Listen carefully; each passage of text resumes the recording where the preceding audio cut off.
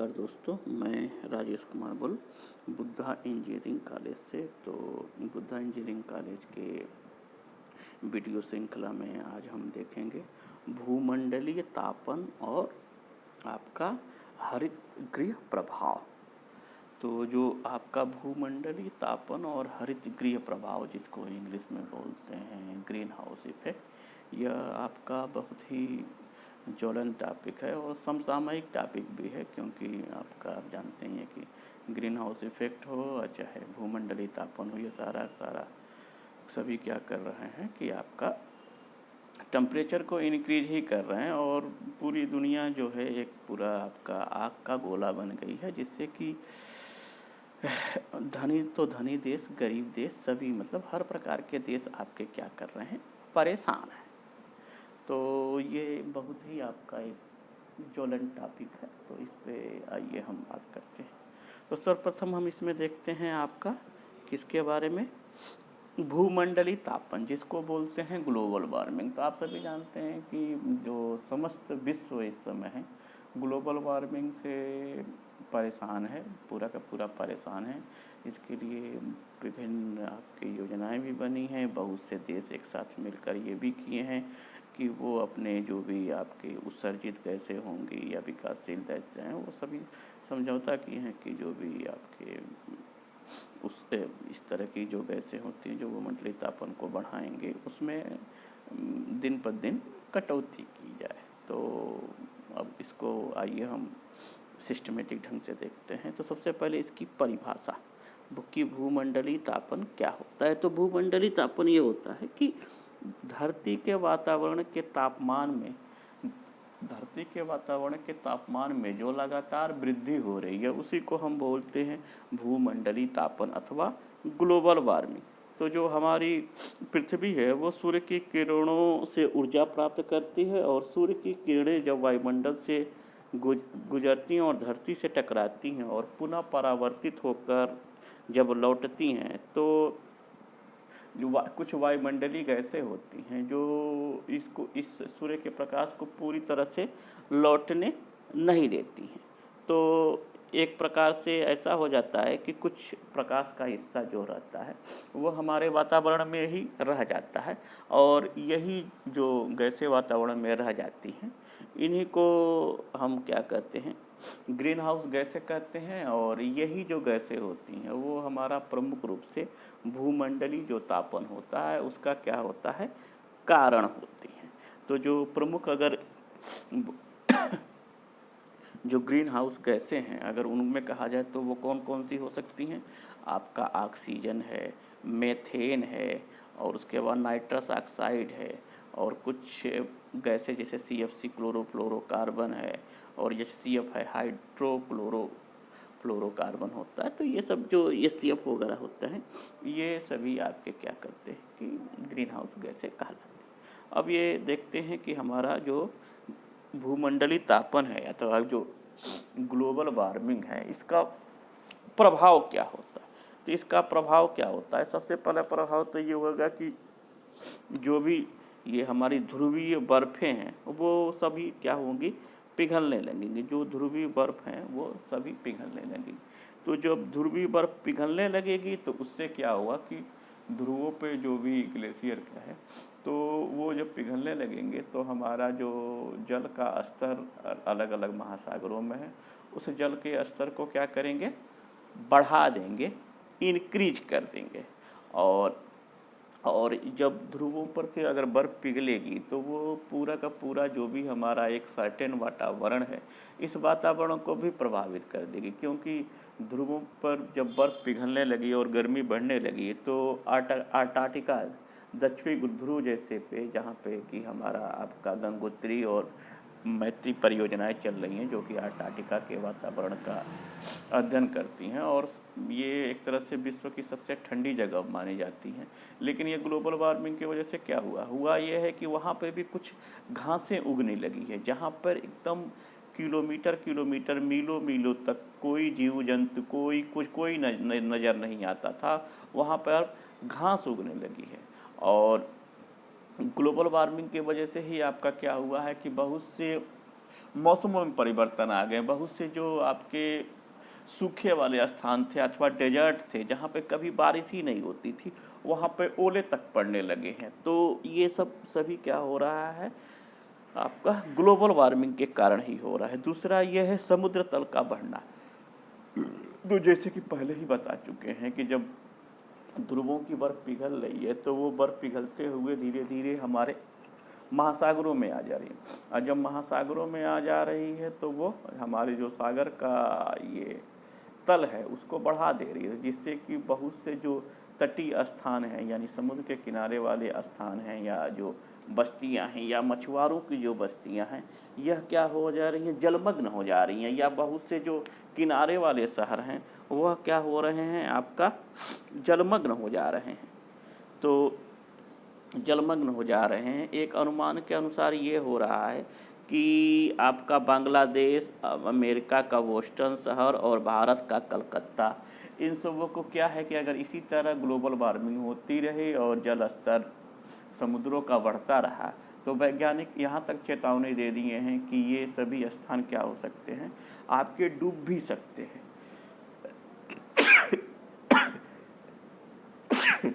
ये सभी स्थान क्या हो सकते हैं, डूब सकते हैं। अर्थात जो समुद्र के किनारे जितने भी जगह है ये डूब सकते हैं। बहुत से आपके समुद्री महाद्वीप हैं जो कि पर्यटन स्थल का काम करते हैं और वहाँ पे बहुत विभिन्न जनजातियाँ रहती हैं। उन जनजातियों के भी नष्ट होने का कारण ये बन सकता है, क्योंकि जब उनका महाद्वीप ही नष्ट हो जाएगा तो वो जनजातियाँ भी नष्ट हो जाएंगे। तो बहुत से ऐसे सुंदर सुंदर द्वीप हैं जो कि आपके समुद्रों के बीच में हैं। थोड़ा सा ही अगर वहाँ का जल स्तर बढ़ा तो वो क्या करेगा, पूरे के पूरे महाद्वीप, पूरे के पूरे द्वीप को ही, सुंदर सुंदर द्वीपों को ही क्या करेगा, ले डूबेगा। अर्थात ये क्या करेगा, बहुत से वहाँ की जो आपकी विशिष्ट जो आपका वहाँ के जीव जंतु हैं या पेड़ पौधे हैं, उन सब के लिए ये नष्ट का कारण होगा। और क्या आपका चीज़ें हो सकता है, आपका मौसम परिवर्तन। मौसम परिवर्तन किस तरह से हो सकता है, मौसम परिवर्तन ये हो सकता है कि ग्रीन हाउस गैसों के कारण जो होगी, शीत ऋतु क्या हो जाएगी, छोटी हो जाएगी। मतलब कि जो ठंडी की दिन होंगे उनका जो समय काल होगा छोटा हो जाएगा, और ग्रीष्म ऋतु हमारी क्या हो जाएगी, शुष्क हो जाएगी। ग्रीष्म ऋतु हमारी जो हो जाएगी वो बहुत ही आपका शुष्क हो जाएगी। इसके कारण क्या होगा कि अगर जाड़ा की ऋतु अगर छोटी हो जाएगी, ग्रीष्म ऋतु शुष्क हो जाएगी, तो आपका जो भी फसल का उत्पादन है वो काफ़ी कम हो जाएगा। और चूँकि और भारत जैसे देशों के लिए तो ये बहुत ही आपका और गड़बड़ हो जाएगा। इसलिए गड़बड़ हो जाएगा क्योंकि ये भारत आपका कृषि प्रधान देश है, और कृषि प्रधान देश होने के कारण क्या होगा कि अगर थोड़ा सा भी टेम्परेचर बढ़ता है तो बहुत से जो खाद्यान्न होंगे उनका उत्पादन काफ़ी हद तक क्या हो जाएगा, गिर जाएगा। अतः ग्लोबल वार्मिंग काफ़ी हद तक भारत जैसे विकासशील देशों को क्या कर सकती हैं, प्रभावित कर सकती हैं। और जब उत्पादन ही कम होगा तो क्या होगा, आपका अर्थव्यवस्था पे भी गड़बड़ हो सकता है, और जो हमारी इकोनॉमी है वो भी आपका क्या हो सकती है, डगमगा सकती है, और किसानों को भी हानि होगी। फिर आपका क्या हो जाता है, बहुत सी प्रजातियों के ऊपर क्या प्रभाव पड़ेगा कि ग्लोबल वार्मिंग के कारण या टेम्परेचर के कारण जब बहुत सी जातियां आपका टेम्परेचर को नहीं सह पाएंगी, अर्थात मान लीजिए कि वो ज़्यादा टेम्परेचर को न सह पाएँ तो वो नष्ट हो सकती हैं। और बहुत से जो छोटे छोटे द्वीप है वहाँ की जो जनजाति होती है या जो वहाँ विशिष्ट जो पेड़ पौधे होते हैं वो भी जलमग्न होने के कारण पूरा का पूरा उनका जो अस्तित्व ही होगा वह क्या हो जाएगा, समाप्त हो जाएगा। तो उनका जो अस्तित्व होगा वही आपका समाप्त हो जाएगा। अब ये देखते हैं कि हम ग्लोबल वार्मिंग से आपका बच कैसे सकते हैं। तो ग्लोबल वार्मिंग से आपका बचाव किस तरह से कर सकते हैं। ग्लोबल वार्मिंग से बचाव का सबसे अच्छा तरीका है, जो कि प्रदूषण कम करने का ही तरीका है, कि आप वृक्षारोपण कीजिए। यानी जो आप प्रकृति प्रदत्त जो वृक्ष हैं इनको अधिक से अधिक लगाइए। तो जब आप पेड़ को लगाएंगे तो क्या करेगा कि पेड़ हमेशा क्या करता है, टेम्परेचर को कम करता है, यानी जो भी हमारा एटमॉस्फेरिक टेम्परेचर है उसको कम करेगा। आप कभी भी अगर आप महसूस करते हैं कि आप किसी ऐसे रास्ते से जाएं जहाँ पे बिल्कुल पेड़ न हो, तो वहाँ का टेम्परेचर और ऐसा कोई रास्ते से गुजरे जहाँ पर आपका पेड़ लगे हों, तो निश्चित रूप से वहाँ और वहाँ के टेम्परेचर में 2 से 3 डिग्री सेल्सियस का आपका अंतर आ ही जाता है।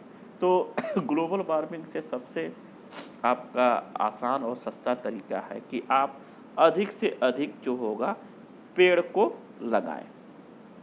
दूसरा ये होगा कि जो जीवाश्मी ईंधन होते हैं, मतलब जो ये ईंधन हम जलाते हैं, जैसे कि आपका लकड़ी हो गया, कोयला वगैरह हो गया, जो कि फ्यूल का काम करते हैं, तो ये विकास के लिए बहुत ज़रूरी भी होते हैं। लेकिन अब ये कोशिश किया जाए कि अधिक से अधिक प्राकृतिक ऊर्जा के लिए प्राकृतिक स्रोतों को, जैसे कि आपका न्यूक्लियर पावर स्टेशन हो गया और उसके बाद आपका पवन ऊर्जा हो गया, सौर ऊर्जा हो गया, इस पे डिपेंडेंसी अपनी बढ़ाई जाए। क्योंकि आप सभी जानते हैं कि किसी भी देश के विकास के लिए जो बिजली होती है, विद्युत होती है, वो बहुत आवश्यक होती है।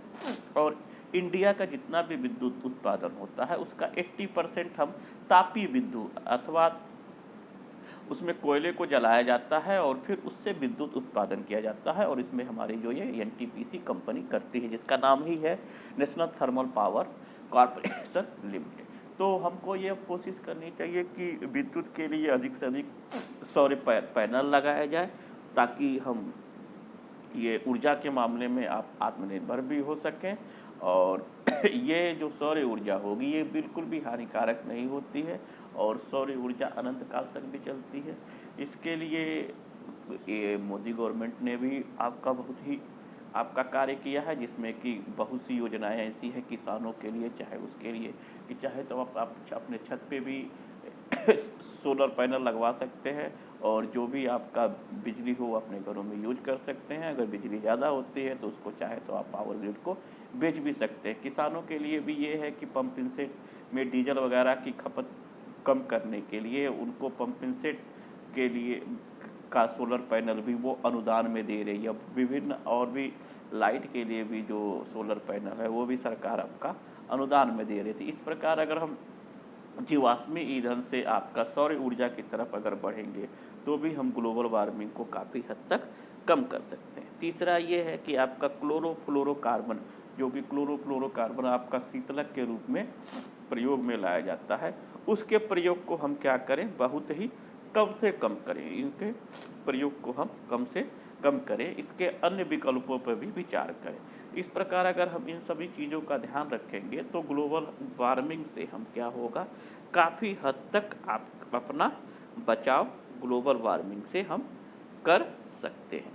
तो और इसके अलावा आपका ग्लोबल वार्मिंग से बचने का एक तरीका ये है कि जो भी उद्योग आपका ऐसी गैसों का श्रावण करते मतलब उत्सर्जित करते हैं जो कि ग्रीन हाउस गैसें कहलाती हैं, तो उनको उनके ऊपर ज़्यादा जुर्माना लगाया जाए और उनसे ये कहा जाए कि आप ऐसी गैसों का जो उत्सर्जन है वो बहुत ही कम से कम किया जाए और ऐसे उद्योगों पे बहुत ज़्यादा जुर्माना लगाया जाए। और उद्योगों के लिए वैज्ञानिकों के साथ मिलकर ऐसी टेक्नोलॉजी का विकसित किया जाए कि जो कि उद्योग वगैरह जो हमारे हैं वो ऐसी गैसों को क्या करें, कम से कम उत्सर्जित करें, अर्थात वो हमेशा ग्रीन गैसें उत्सर्जित करें, ग्रीन हाउसेज गैसें उत्सर्जित आपका न करें। तो अगर हम इन सब बातों को सभी को हम अगर अच्छे से ध्यान रखेंगे तो आप इससे बच जाएंगे। इसके अलावा जो देश भी अगर इस तरह की गैसों को स्रावित करते हैं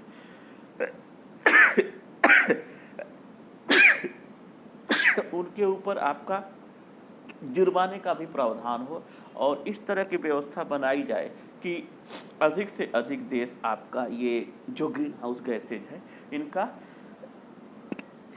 कम से कम क्या करें, स्रावित करें।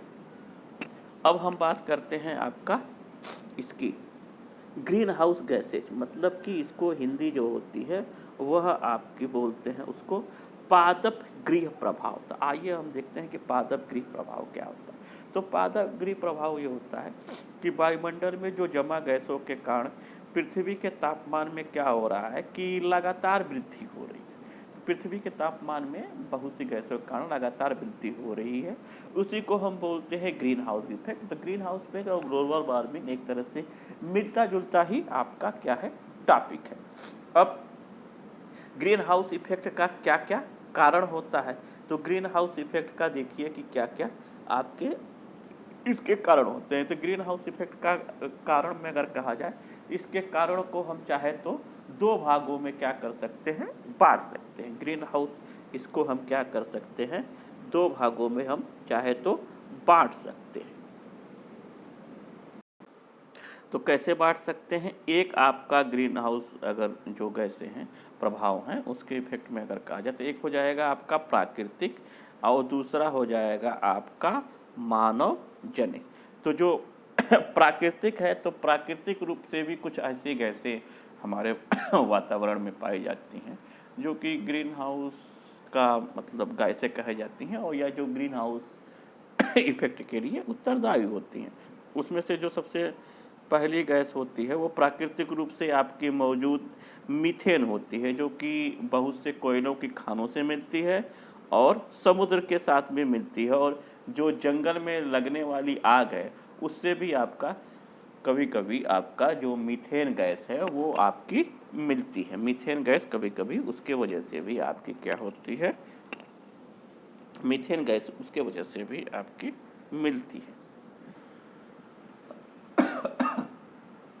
दूसरा क्या हो गया कि जो ये जानवर होते हैं ये भी अपने भोजन को पचाते हैं, और जब ये अपने भोजन को क्या नाम है पचाते हैं, तो इनके द्वारा भी कभी कभी क्या होता है कि आपका मीथेन गैस निकलता है। और जानवर जो अपना O2 ग्रहण करते हैं और श्वसन करते समय मतलब ऑक्सीजन ग्रहण करते हैं, और जब CO2 निकालते हैं तो उसके साथ कुछ मात्रा में हमारी मीथेन भी निकलती है। तो ये सब जो कारण होते हैं ये आपके प्राकृतिक कारण हैं जिसके वजह से पादप गृह प्रभाव हमारा पड़ता है। अब दूसरी बात करते हैं मानव जनित। तो मानव जनित में आपका ये हो गया, ये सबसे पहले कार्बन डाइऑक्साइड, कार्बन डाई आपका ऑक्साइड हो गया। तो कार्बन डाइऑक्साइड जो ये होता है आपके तेल के कुएं से और कोयले तथा ईंधन के जलाने से आपका कार्बन डाइऑक्साइड उत्पन्न होता है, और ये कार्बन डाइऑक्साइड जो होता है वो आपका ग्रीन हाउस गैस के रूप में काफ़ी उपयोग होता है। दूसरा कहते हैं मीथेन। तो मीथेन ये जो होता है वो ये होता है कि जब कोयले के खानों और तेल की खदानों से ये भी क्या होता है, उत्सर्जित होता है, इसीलिए इसको कभी कभी मार्स गैस भी कहते हैं। दलदली स्थानों पे भी आपका पाया जाता है, और जितने भी कोयले की खाने हैं और तेल के खाने हैं उसके साथ में निकलता है। और ये कभी कभी आपका क्या होता है कि जब जानवर हमारा भोजन पचाते हैं तो वो इनके पेट में क्या नाम है, भोजन पचने के साथ साथ कुछ मात्रा में मीथेन गैस भी आपकी क्या होती है, बन जाती है, और यही मीथेन गैस आपका फिर क्या होती है, गोबर के साथ बाहर निकल जाती है। तो इस प्रकार जो हमारे जानवर होते हैं तो उनका जो गोबर होता है ये भी आपका मीथेन गैस को उत्सर्जित करता है। अब ये देखते हैं कि आपका और क्या होता है, तो और में क्या हो जाएगा आपका अप्राकृतिक नाइट्रोजन।